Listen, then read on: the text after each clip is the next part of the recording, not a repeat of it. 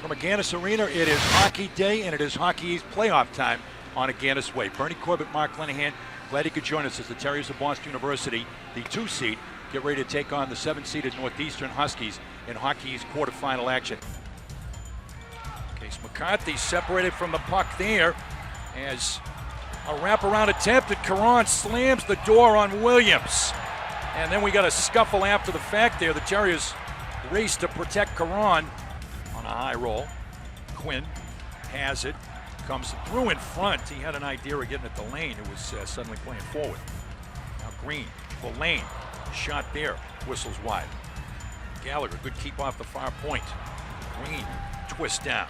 Green looks, little daylight for Lane, far circle in front, glove by Whitehead, and he'll hang on for a face-off deep in the Northeastern zone with glove down by LaChance.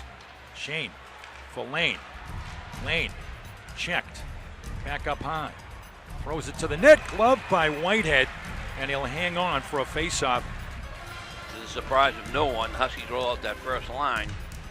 Borghese long wrister, gloved by Caron, and he will hang on and will drop it again. Turn. Huskies win this back. It's tracked down by Borghese's dangerous shot, blocker save by Caron. Quinn at the line, looking back for Hughes. Hughes taps it in front of the goal! Quinn Hudson off the quick centering pass from Green, and the Terriers claim the lead. Wilmer drops the tuck. Tuck now goes beep. Hughes, Willender walking it. Far circle, quick shot and a goal! Wilmer from the far dot, and the Terriers on the power play take a 2-0 lead. Now streaking in over the line comes Peterson. Peterson shifting deep. Help from Tuck as Tuck swoops in. He goes high. Case McCarthy in a goal! Case McCarthy with a blast off the pass, and the Terriers opportunistic there to take a 3-0 lead. On retrieval for the Huskies. Looking to thread it through the middle. Misfired on the pass. Now it's centered in front. Oh, bang, bang finish. Ritzkovian. Dylan followed up, and a goal there on the follow-up. 3 opportunities. Caron without a stick, and Northeastern is on the board with 1:09 left here in the second period. They cut the lead to 2. Is he looking to center? It comes off of Hughes. Right on the path of Walton. Walton shakes it back here to Lund. Lund drives down, looked in front. Caron stands his ground. Ritzkovian up high. Ritzkovian goes down low, save, rebound saved by Caron as he holds his ground. Campbell got pressure there. Looking to center in the goal. Wow. Deflected from the near corner up and to the far corner of the BU net. And Justin Ritzkovian rather, for the Huskies, makes this a 1-goal game with 4:51 left. As Lane wrestling there with Justin. Over the line comes Harvey. Harvey dances to the middle. Harvey's got a drop man, Celebrini. Celebrini, wrist on the goal! Celebrini far down glove side, and the Terriers regain the 2-goal lead. Ritzkovian, Stevens wins it in the hole again. Weber get tripped up there. Fight for possession in the near corner. Ritzkovian looking to center it, deflects away, grabbed by Celebrini, and Celebrini just flicked it up and out of the zone. We'll go in the garden, Bernie. Under 10 seconds here. Weber back, far corner, with time running down. And the Terriers of Boston University. Yeah, Weber's got another game to play, and the combatant on the other side there, Williams, does not. The Terriers of Boston, Campbell rather, the Terriers of Boston University, it will be back to the Garden, with apologies to Crosby, Stills, Nash and Young, with a chance to defend their Hockey East championship this weekend. Friday night, semifinal action. And then hopefully for the Terriers a chance to play for the championship on Saturday night. So the Terriers.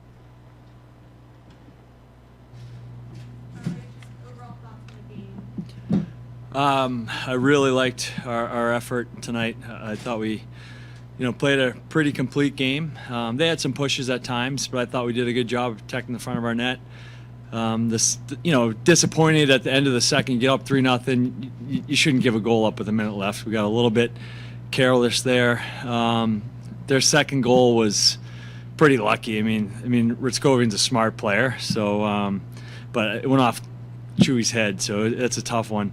But we stuck with it, and the response right after that from Macklin was awesome to see. And we put them away in the third, and that's what we've been trying to do when we have the lead, is to finish games off the right way. And I thought for the most part we played a smart third period, kept putting it behind them. They're going to push at times, but I thought we did a good job handling that. What switched in the second period? It felt like Northeastern kind of had the momentum, then obviously you guys scored 3. Yeah, they were pushing, I think, but I thought we just kind of stuck with it. You have to stay patient against them because they're a patient team. Like, you think at times you're kind of controlling the play, but you don't put anything up on the scoreboard, and they're opportunistic and they push a little bit. But we stayed patient tonight, and I thought that was really important. And we got a little bit of momentum there, and it was great to see. Just talk about diffusing the comeback with Macklin's goal. I mean, it just took all the wind out of their sails 24 seconds later.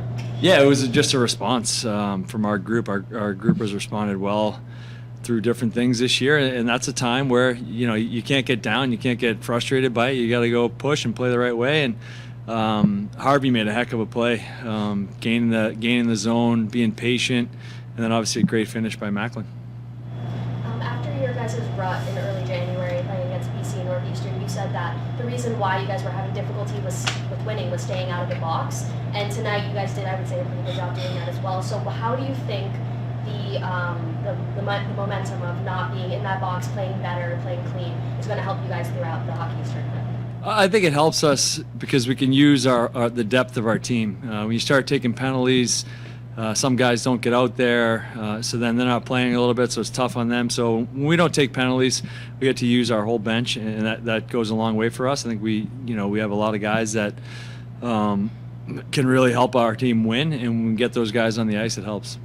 Weber finished the game but went down pretty hard. Do you expect him to be ready for semis? I would think he looked pretty good coming back out there, so I would expect that he gets a couple days off, and knowing him, he'll be ready to go. Obviously, Northeastern is a team that's given you trouble the last couple of years. So what does this do for the confidence of the team heading into the rest of the playoffs? It certainly gives our group confidence. I think, we talked about it. It was obviously disappointing losing the Beanpot, where I thought we played pretty well, but again, found, I guess, a way to lose that game. But we had a pretty good feeling we were going to see them again at some point, and we had that opportunity tonight, and I think our guys responded very well. So it was great to see. It gives you team confidence going into the semifinals. But you like from that second line, especially Ryan Green? I thought the second line was excellent tonight. I thought Jack Hughes was excellent, Ryan Green was excellent, Quinn was really good. There was a heck of a play on that goal on the rush. Hughes made a heck of a little slip play, and then Green found Quinn back door, and right now Quinn's feeling it, so he's getting his chances. Even in the third, they had another great play off the rush, and the goalie made a great save, but they were really good for us tonight. How big is it when Case McCarthy scores that goal? Obviously not traditional goal scorer. It's huge. That helped helped us gain momentum. We talked about it versus Northeastern. They'll collapse low when you have the puck below the goal line. We wanted our D to stay out and time it before they came in. It's exactly what happened. We timed it. Casey's got a great shot, and he finished it off. And from your perspective, it's your second season with the team, second time in the Hockey's tournament. How has that felt as your perspective of the coach? I couldn't hear what you said. How has that felt as your perspective as the coach? It feels great. I think the expectations here are always very high, and I think our group expects that we should be able to get there if we play the right way and play as a group and play together. And we're in the semis again, but it's going to be tough. There's a lot of good teams in Hockey East, so we'll enjoy tonight, get some rest, and have a good week of practice and be ready for Friday. You don't know who you're going to be playing yet, obviously. You won't know until later tonight. But last year, your experience at the Garden was obviously successful, but it was kind of a heart attack experience as you had to go to overtime twice. You hoping to assert yourself a little early this time, so to sort of avoid OT. Well, I think you can't think about that. I think you got to play the game, and whatever happens within the game, you got to deal with it. So if it goes to overtime, it goes to overtime. So I think that's a tough question to answer. I just feel like we go into the game trying to win, whatever way that is. If we can hopefully have more goals than the other team at the end of the night, we're gonna be pretty damn happy. This last game at Aganis for the season, what's it meant for you and your team to play here? It's a lot of fun. The fans are great. The dog pound, the band have been great. We've had a lot of success here in the last 2 years. Our guys enjoy playing here, so hopefully we can continue that moving forward. Thank you.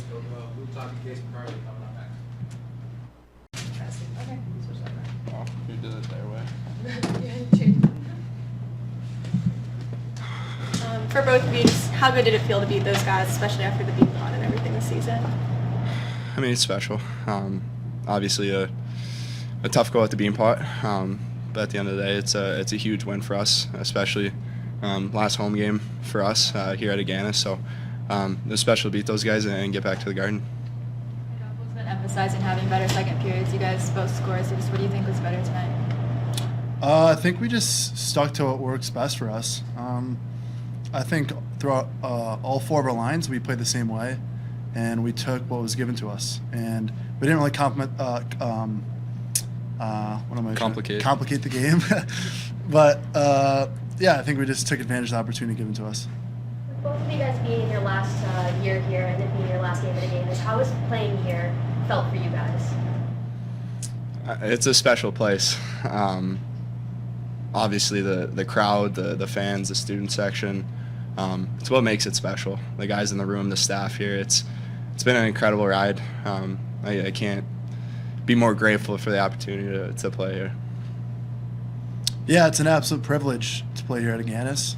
A lot of history here, and I think we do have the best fans in college hockey, and the rink's gorgeous, and we have great facilities here, and I think the people here make it really special. And it's been special here my 4 years, and I'm really grateful to have the opportunity to put on the Terrier sweater, and it's been an absolute blast. What was the feeling on the bench after Macklin's goal? I mean, they cut it to 1, and then he answers 26 seconds later. Is that almost like I know there was still time left, but was there a little bit of a sigh of relief? It was a little bit early. If you get a little bit of a lead, 2 is better than 1. So having that, obviously, a special player making a special play there to give us that lead back. I think it was like 4:30 left, maybe a little bit under, which was a huge goal for us. Going into that last little bit, we knew they were going to make a push, and obviously building that little bit of a comfort zone with 2 goals was absolutely massive. Speaking of playing, with a little less of a weight on your shoulders, you guys are going to go into this coming weekend knowing that your place in the NCAA tournament is all but secure. And your motivation to win back-to-back Hockey East, certainly not questioning that. But I do wonder if going into it, especially if you're playing a team that's fighting for its life, knowing that you already have that might give you, again, like what Macklin's goal did, give you a little bit more breathing. Yeah, I don't think we'll be gripping our sticks as tight, but I think we do have to play with that pace and that swagger, and we got to be consistent throughout, our lineup, and doing what works best for us. I think we're a fast team who has a lot of skill, but we have a lot of depth to our game. So, our place is set in the tournament, but again, we're never satisfied, and I think it's just getting right back to work on Monday and competing and going at each other and making each other better. What does it do for the group when Weber comes back and finishes out the 3rd period after going down the tunnel? It's massive. I don't know about the forward, and Luke can talk about that, but it's huge on the D side of things. Obviously a massive human being, but a massive part of our team too, especially defensively down the stretch there. Whether it's blocking shots, taking up half the zone with a stick, just taking away time and space. It's a big boost for our group, and it's a lot of experience that he brings to our back end, that especially late in those games. So it was huge. I'm glad he was able to gut that one out and play a huge role down that stretch. What does it do having a guy like Dylan Peterson back in the lineup? Yeah, he's very fast, and he's a big body, and when he uses his body, he's elite. And so, again, he's another weapon right down the lineup, and he plays that energy, and obviously he's had a lot of experience, and he's clutch in big moments. So I think for me and Steve-O today, we're able to rely on him in a lot of moments, and he's really good at communicating on the bench too, so it's pretty fun playing with him. You guys look at the start of the season to now, just what's the biggest team development, kind of finding your identity at this point of the season? I think it's a little bit of maturity. I think the way we play, we've had that swagger. Obviously, we have a lot of talent, but doing things the right way, obviously we've had our moments, like I forget who mentioned, in the second periods where we kind of take our foot off the gas a little bit.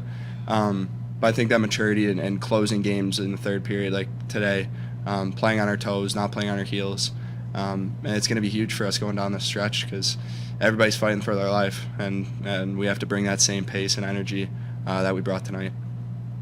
All set. Thank you guys.